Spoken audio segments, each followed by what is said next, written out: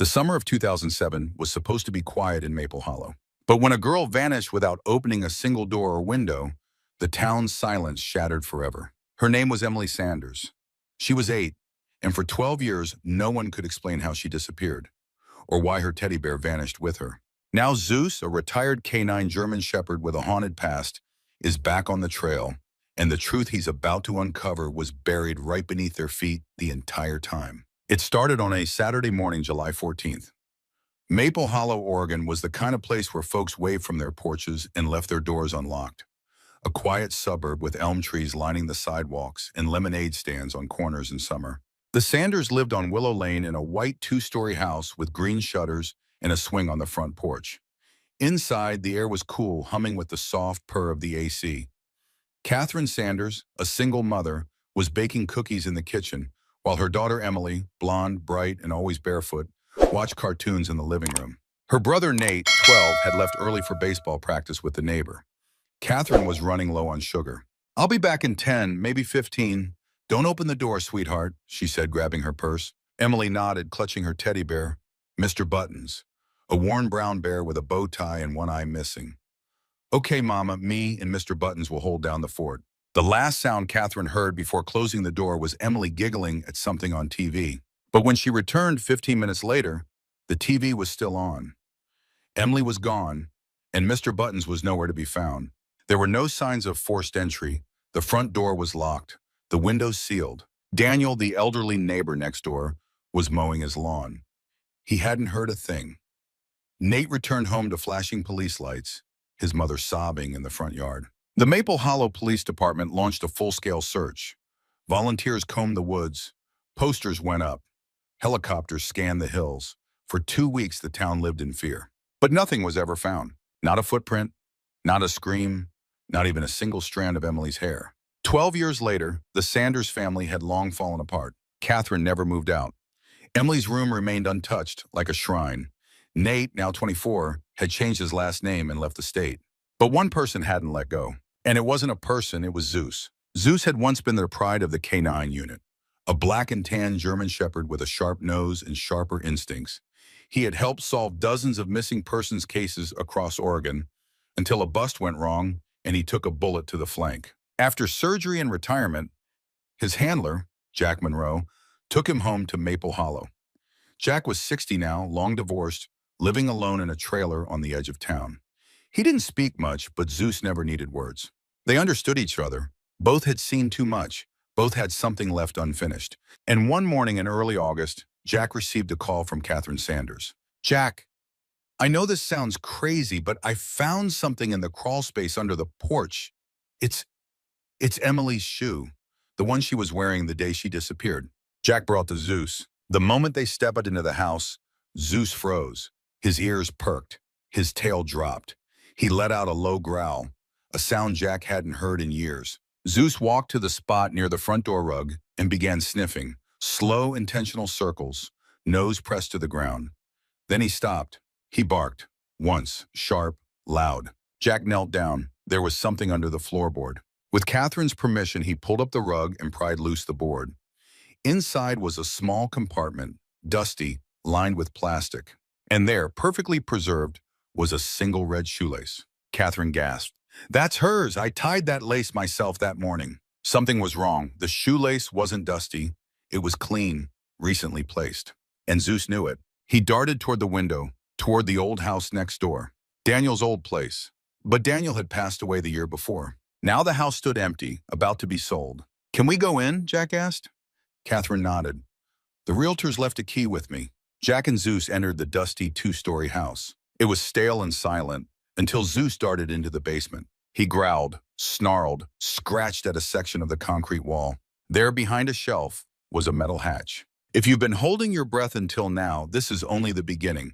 Don't forget to subscribe to Heroes for Animals, where real courage has 4 legs and an instinct for truth. Back in the basement, Jack pried open the hatch with a crowbar. A tunnel, dark, narrow, barely 4 feet tall. Zeus didn't hesitate. He stepped inside. The flashlight beam bounced off cobwebs and old wooden beams. The tunnel led to a dead end, but something was there, half buried in the dirt.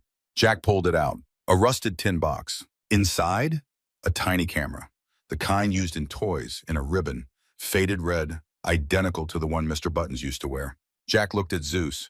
The dog was sitting, alert, staring down the tunnel.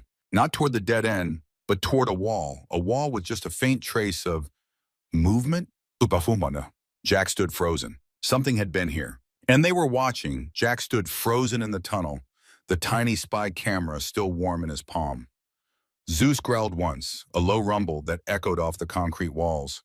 Dust stirred in the beam of Jack's flashlight, and the faint rustle of movement somewhere beyond the wall set his nerves on fire. The tunnel smelled of mildew and something older. Time itself, maybe. The air was thick, like the breath of a house that hadn't spoken in years. Jack turned to Zeus, whose ears were up, muscles taut. "Easy, boy," he whispered, hand resting on Zeus's back. "Let's not wake ghosts just yet." They moved carefully, deeper into the shaft. The tunnel was narrow, about 4 feet high, reinforced with wooden beams that looked like they'd been dragged straight from a 1940s fallout shelter. It led away from the old Millard house and curved slightly left. Jack's gut twisted. "Toward the Sanders house," he muttered. Zeus stopped suddenly, nose pressed to a seam in the wall. There, behind a loose wooden panel, was a bundle wrapped in plastic. Jack tugged it free. It was a child's hoodie, pink with faded sparkles. Inside the hood, a tag read, "Emily S." Jack's stomach dropped. Zeus sat, staring straight ahead, tail still, breath shallow. "What the hell were you trying to tell us all these years, girl?" Jack whispered, as if speaking to Emily herself. The next morning, Jack turned the hoodie and the camera over to the police.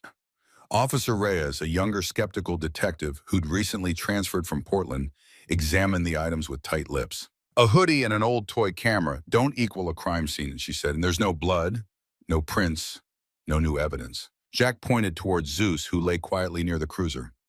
"Tell that to him. He hasn't gotten one call wrong in 12 years. Reyes raised an eyebrow.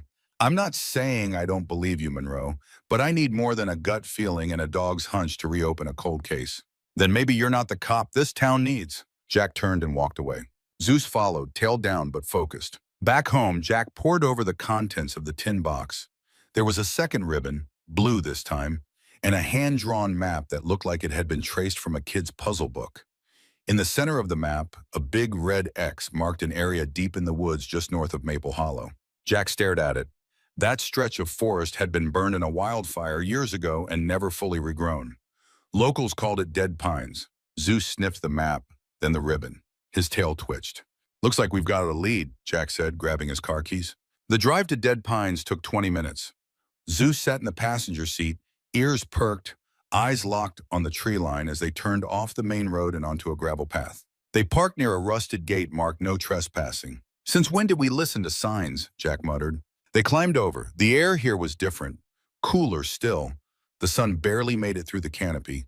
Trees stood like silent witnesses, half charred, half rotted.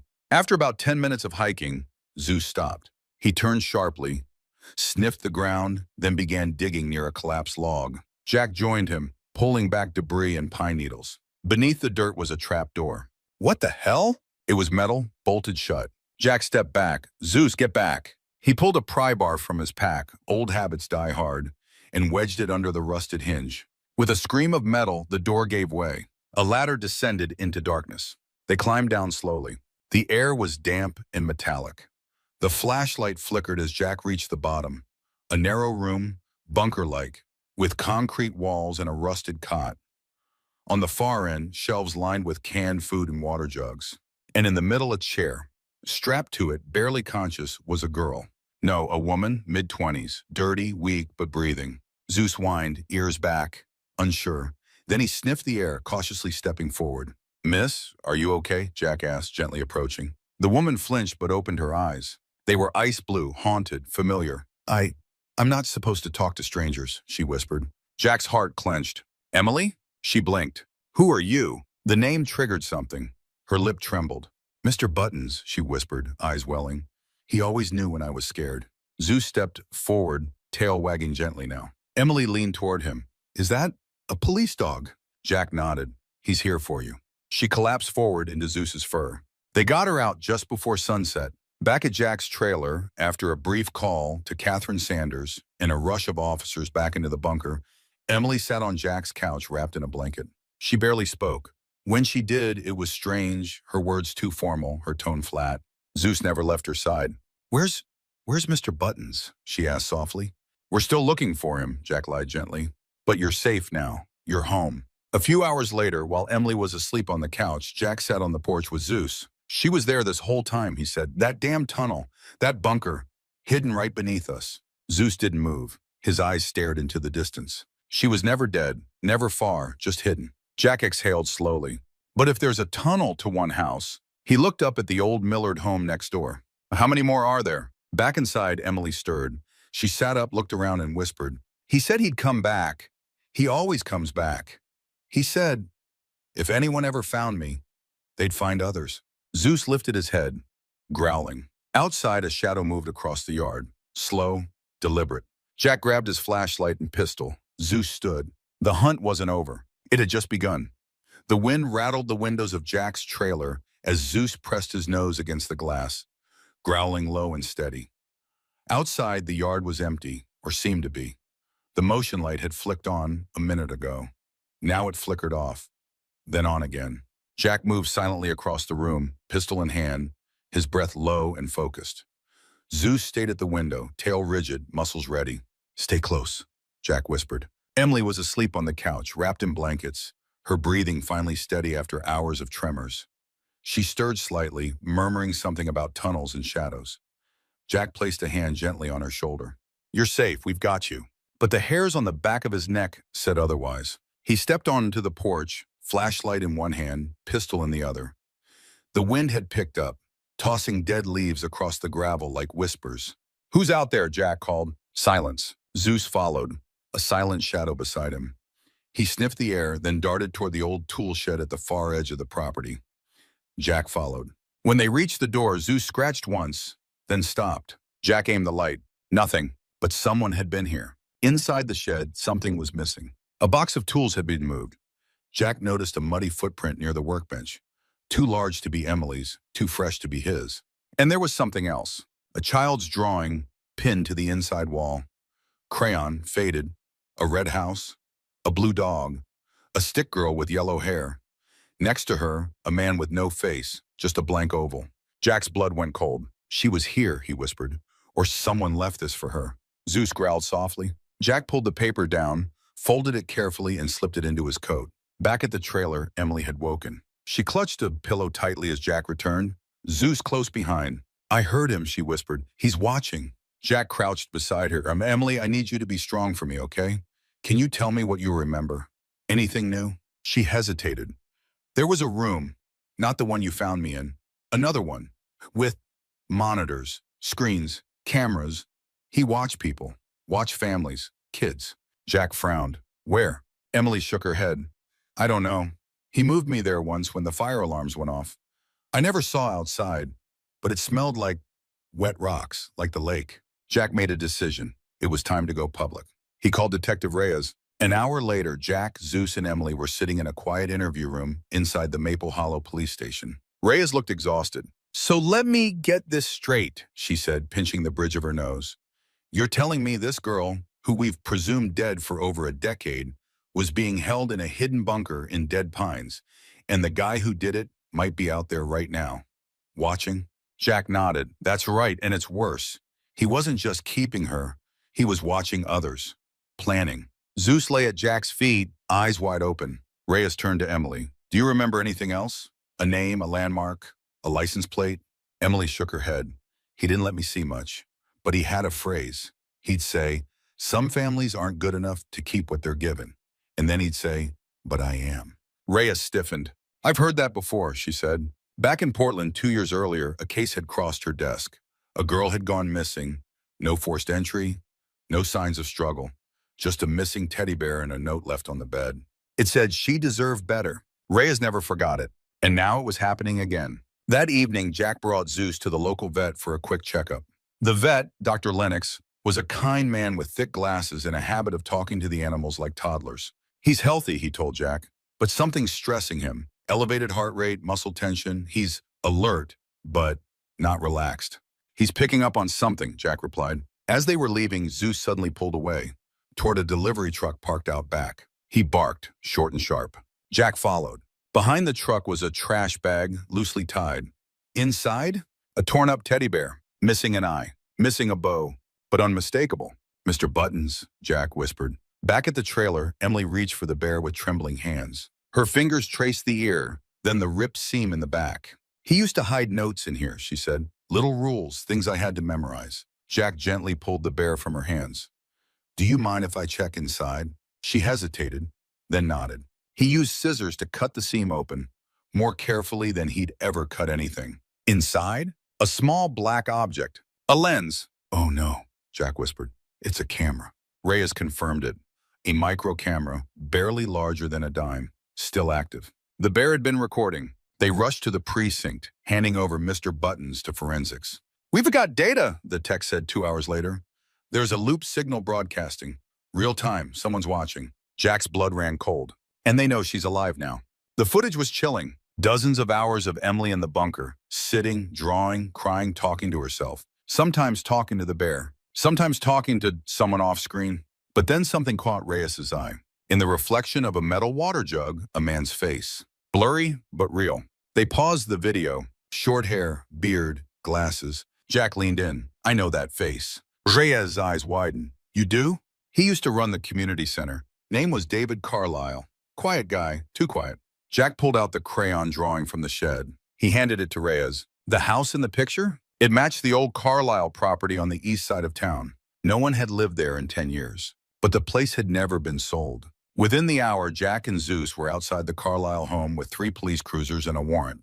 The place looked empty, but Zeus knew better. He barked, once, twice, then lunged at a basement door. It was locked. The officers forced it open. They descended. Inside, a room filled with screens. Live footage, children, bedrooms, living rooms, hidden cameras and stuffed animals, toy chests, even light fixtures. A control center for surveillance and obsession. Emily had been watched, so had others. And the bear, Mr. Buttons, had been the receiver and the sender. No one was home. But there were clues. A list, dates, a name at the bottom.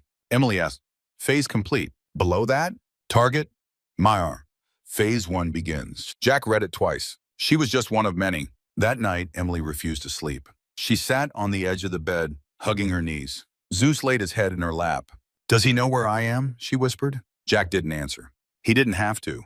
The screen in the police lab said enough. The bear had been live, and that meant someone had been watching, right up until they cut the signal. Someone who was now out there, planning, watching, waiting.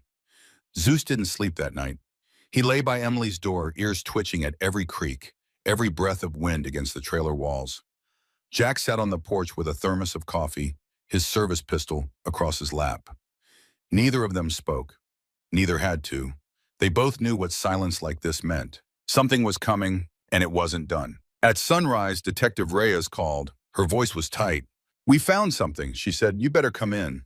At the station, Reyes laid out the evidence. The hard drives recovered from the Carlisle house revealed not just surveillance, but a network. Dozens of folders labeled with girls' names and initials. Each had a number. Each was cataloged like files in a twisted archive. Emily's folder was marked Subject 37. That means there were 36 before her. Jack said, fists clenched. "Maybe more," Reyes replied. "Some of the folders are corrupted, but here's what's worse." She clicked on a video. It showed a wide cabin near a lake, somewhere deep in the forest.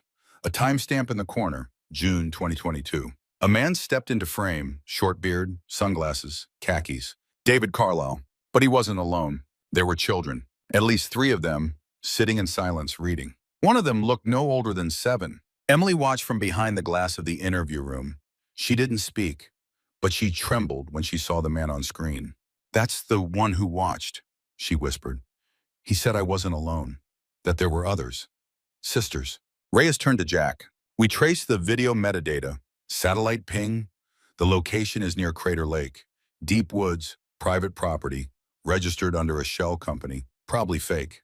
"You're saying this guy set up a second site?" Jack asked. Reyes nodded grimly. "We believe it's active." By noon, a joint task force was on the move. FBI, Oregon State Police, local SWAT. And Jack, he wasn't supposed to go. But Emily had begged him. "Please, don't let them go through what I did," she'd said. "Don't let them grow up thinking he's the only one who cares." Zeus sat beside her, resting his chin on her knee. So Jack went. The drive took 3 hours. The convoy of black SUVs moved silently through narrow logging roads, deeper and deeper into pine country. The terrain got rough, thick with moss and fog. Zeus sat up in the passenger seat before anyone else spotted the clearing. He barked once, then twice, pawing at the dash. They were close. The cabin looked peaceful. Too peaceful. A dock stretched into the still water of Crater Lake. Smoke curled from the chimney. Wind chimes tinkled gently on the porch. But through binoculars, agents could see motion, figures moving inside, children. And one man, Carlisle, he was there. The plan was simple. Go in quiet, get the kids out, secure the suspect. But then something went wrong. A sensor trip, a noise too loud, and suddenly the cabin exploded with light and chaos. Carlisle ran. He shoved a child aside, grabbed a duffel bag, and bolted through the back door into the woods. Jack shouted, "Zeus, go!" And the dog took off, full sprint, tail flying behind him like a flag of justice. Jack followed close behind, flashlight bouncing, pistol drawn. Carlisle was fast, but not faster than Zeus. Within 2 minutes, Zeus had cornered him near the cliff's edge, barking like hellfire. "Get down!" Jack shouted, emerging from the brush. But Carlisle didn't drop the bag. Instead, he pulled out a detonator. "I hit this," he said, smiling, "and everything burns." Jack stepped forward. "You don't want to do that, David." "You don't get it," Carlisle hissed. "We were saving them, giving them structure, order, love." "Is that what you call locking children in basements?" Jack growled. "You're too late," Carlisle sneered. "They'll never find the others." Zeus growled low, teeth bared. Carlisle looked down at him. "And you? You ruined everything." He raised the detonator, and Zeus lunged. It wasn't clean. Jack tackled Carlisle as the detonator hit the ground and skittered down the rocks. Zeus clamped onto Carlisle's arm, twisting, holding. By the time backup arrived, Carlisle was bloodied, cuffed, and no longer smiling. Inside the cabin, the children were found unharmed, scared, hungry, but alive. A boy named Tyler, a girl named Lacey, a toddler named June. They didn't speak much, but when Zeus entered, they reached for him like they'd known him forever. The kids were taken to child services. Jack stood outside the cabin, looking out at the lake. Zeus sat next to him, panting softly. "We did it, buddy," Jack whispered. "But this isn't over, is it?" Zeus let out a small huff, almost like a sigh. Back at the station, Emily met the 3 children. She knelt down to their level. "I know it's scary," she said gently, "but you're safe now." Little June reached up and touched the ribbon on Emily's wrist. "What's this?" she asked. Emily smiled. "It means I made it out, and so did you." Reyes approached Jack later that night. "We found more," she said quietly. "Files, locations, bank transfers." "Tell me," Jack said. "Jackson Cooper." The name hit him like ice. "You sure? He's the one who started it all. The first man who called himself a guardian. We think there are more like him, a whole network." Jack looked at Zeus, then at Emily playing cards with the kids. "Then we've got a work to do." As they prepared to leave, Emily handed Zeus a new ribbon. Blue, fresh. "For the next one," she said, "so they know who helped find them." Jack tied it around Zeus's collar. "You ready, boy?" Zeus barked once. The chase was on again. It had been 3 weeks since the cabin raid at Crater Lake. 3 weeks since David Carlisle was put behind bars. And 3 weeks since the kids, Tyler, Lacey, and baby June, slept somewhere safe. But peace in Maple Hollow was fragile. Because Jackson Cooper was still out there, Jack Monroe could feel it in his bones. He and Zeus walked the same neighborhood loop every morning. The same 5 blocks, the same trash cans, the same cracked sidewalks, but something always felt off, as if someone else was doing the same route, a beat behind, watching. Zeus noticed it too. He'd pause at corners, sniff the air, stare down the alley between the Baptist church and the old bakery like it held a ghost. Detective Reyes was working around the clock. They'd uncovered more hard drives, more folders, more children's names, and one in particular kept showing up. Project Eden. "We believe Cooper is the architect," Reyes explained during a closed-door meeting with Jack, the FBI liaison, and 2 forensic analysts. "He created the infrastructure, the tunnels, the hidden bunkers, the manipulation strategies. The others followed his template." Jack crossed his arms. "So where is he now?" Reyes clicked a map open on the screen. "We think he's gone underground again." Literally. She pulled up a satellite image. A park, swings, slides, a baseball diamond. "McKinley Memorial Park?" Jack blinked. "That's 3 blocks from my place." "Exactly," Reyes said. "And guess who worked on the city's zoning committee when the park was built in '91? Jack didn't have to guess. Cooper. They were standing above it. All this time, Jack didn't wait for backup. He never did. That evening, just before sunset, he and Zeus walked to McKinley Park. Parents were still packing up strollers, folding picnic blankets. The air smelled like hot dogs and sunscreen. Kids were chasing bubbles near the splash pad. But Zeus ignored it all. He was locked onto something else. He pulled Jack toward the far end of the park, past the bathrooms, past the mulch pit, toward the storage shed where maintenance equipment was kept. The door was chained shut, but there were scratch marks near the hinges. Fresh ones. Zeus growled. Jack grabbed the bolt cutters from his pack. The door gave way with a metallic groan. Inside, it smelled like bleach and rust. Shovels, mowers, paint cans, and a metal trap door in the floor. It was dusted, but not dusty. Wiped clean, recently. Jack knelt down, flashlight in hand. There was a keypad. Back at the station, Richez and her techs ran serial matches.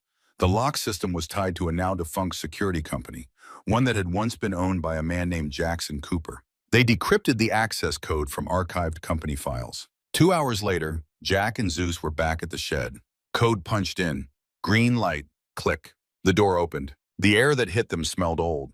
Old and wet, and wrong. Zeus didn't hesitate. He descended first, tail rigid, ears forward. Jack followed, flashlight cutting through the stale blackness. The stairs gave way to a corridor, concrete walls lined with pipes. It curved left, then right, then opened into a room. A playroom. Painted walls, cartoon murals, toys lined up in neat rows, but no children. Just stillness. And then Zeus stopped. He sniffed the air. Ears perked. He barked twice, then ran to a far wall and began pawing furiously. Jack joined him, running his hands over the concrete. There, a seam, a hidden panel. With effort, they pried it open. Behind it, a crawl space. Inside, a camera. Still warm, still transmitting. Back at the station, the techs traced the signal. It's not going far, one said. Only a few 100 feet. He's close. Real close. Jack's heart pounded. If that camera's transmitting, he's probably watching, Reyes said quietly. The team suited up. SWAT, K9, FBI. They locked down the park, evacuated the surrounding blocks. It was midnight by the time they triangulated the signal. It led, not to another bunker, but to the old elementary school across the street. Maple Hollow Elementary, abandoned since 2015 due to budget cuts. They breached just after 12:30 a.m., room by room, hall by hall, until they reached the old gym. And there, sitting on the bleachers as if waiting for a game to start, Jackson Cooper. He didn't run. He didn't flinch. He just raised his hands and smiled. I was wondering when you'd catch up, he said. Zeus growled. Jack stepped forward. You've got a lot to answer for. I've answered to no one for 40 years, Cooper said calmly. Why start now? Behind him, a wall of screens lit up. Video feeds, children's bedrooms, playgrounds, bus stops, hundreds of angles. Cooper chuckled. You never understood, Monroe. I wasn't hiding. I was building. And you, your dog, you were the proof. You sniff out what doesn't belong. And yet, you kept missing me. Jack's jaw clenched. You were always right there. Cooper turned slowly. I saw her, you know, Emily. She's grown up nice. I chose well. That was the last thing he said before Zeus lunged. No hesitation, no mercy, just justice. They brought him in. No bail, no parole. The task force began dismantling the network. Dozens of other guardians were identified. Some fled, some didn't. Emily watched the news coverage from Jack's living room. When they showed Cooper in cuffs, she didn't cheer. She didn't cry. She just whispered, he doesn't get to come back. Not ever again. Zeus sat beside her, wearing the blue ribbon she'd given him, the ribbon that now stood for every child saved. A week later, Jack visited a small memorial outside McKinley Park. Dozens of candles, teddy bears, notes. He placed a framed photo of Zeus at the center. The caption read, not all heroes speak, some just know. Back at the station, Reyes handed Jack a file. Thought you'd want to see this. Inside was a birth certificate.